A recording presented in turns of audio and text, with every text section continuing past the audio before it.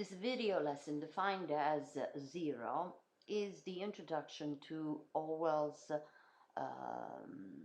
excerpts, readings, and commentaries. There will be 4 separate videos, each one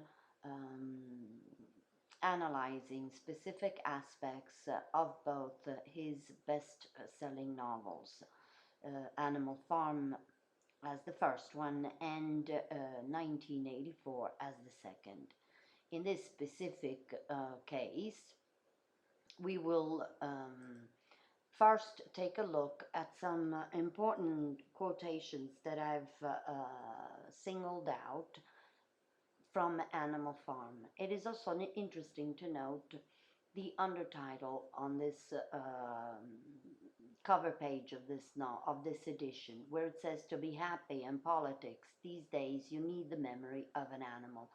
In other words, never forget past mistakes in order to avoid repeating them in the future.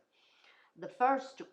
quotation that I would like to single out to you is taken from Major's speech, and therefore chapter 1, advocating the insurrection,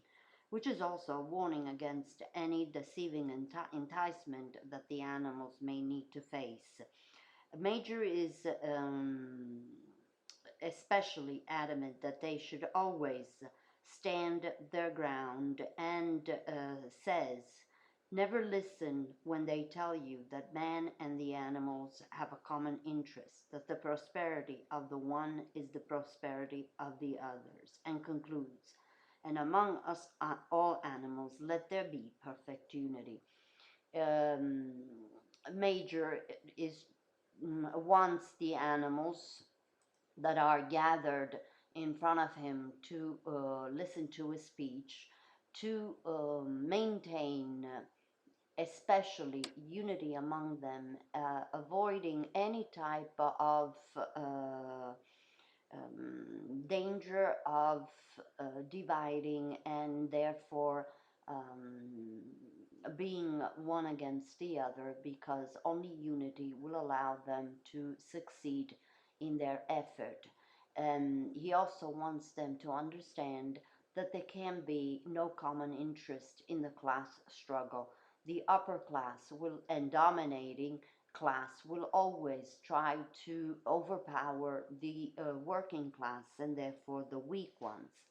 The second quotation that I would like to single out portrays Clover looking down the hillside with her eyes filled with tears. At this point,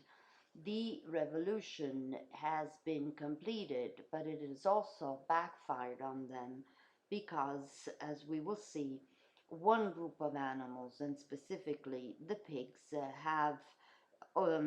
overtaken power and are submitting the rest of the animals to their dictatorship. And the quotation says, "If she herself had had any picture of the future, it had been of a society of animals set free from hunger and the whip, all equal, each working according to his capacity, the strong protecting the weak." Unfortunately, the outcome of the revolution has proved to be totally different from what they had hoped for. And Orwell is telling us that gradually but relentlessly, the dictatorial authority is replaced by finding acceptable reasons to strip away one by one the 7 commandments that the society had agreed to ensure, to safeguard equality and social justice for all. If every individual's freedom is denied for whatever apparent good reason, allowing seemingly harmlessly concessions, but nonetheless withholding rights, Orwell says, it leads power to eventually usurp all freedoms without even realizing it until it's too late. And as this last famous sentence testifies, all animals are equal, but some animals are more equal than others. It clearly means that privileges are restored, and rights and freedoms are taken away from the majority of the community, of the members of community. All this can be possible, warns us Orwell. And here we are dealing at this point with his second best-selling novel, 1984,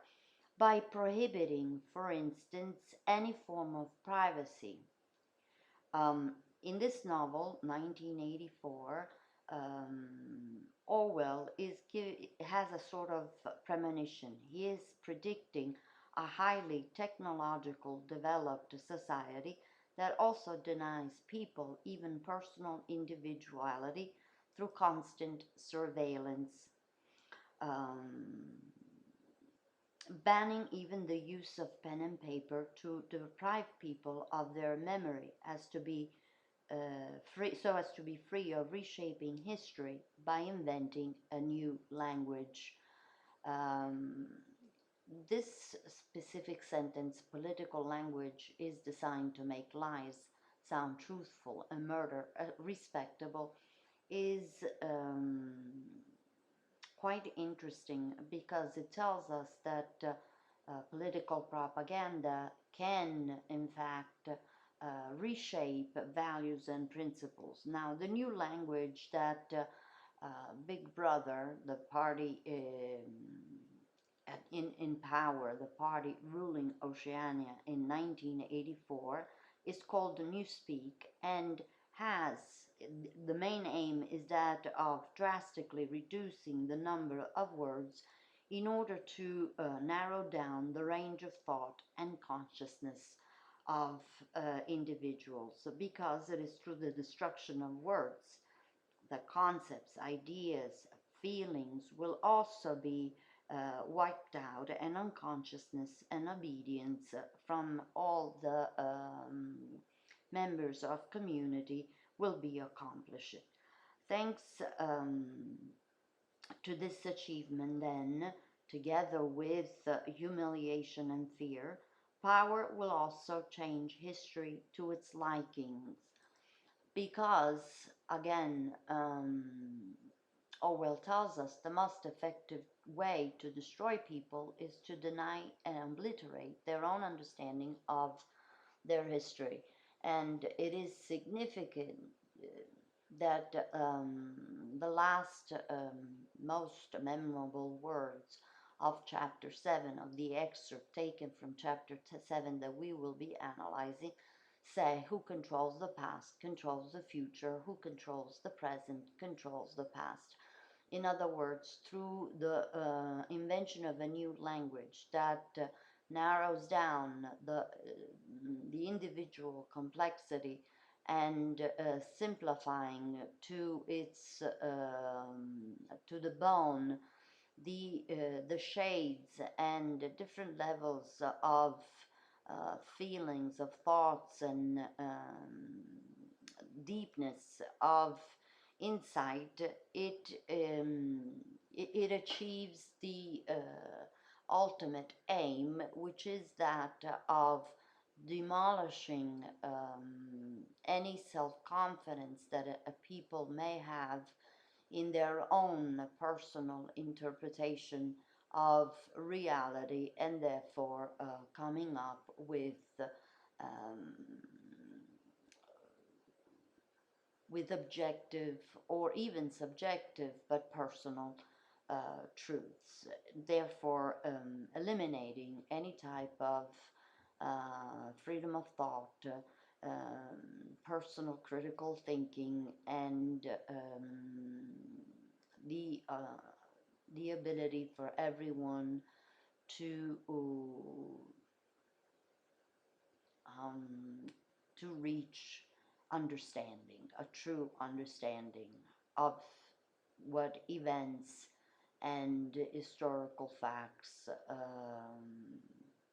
cause in communities and personal lives as well.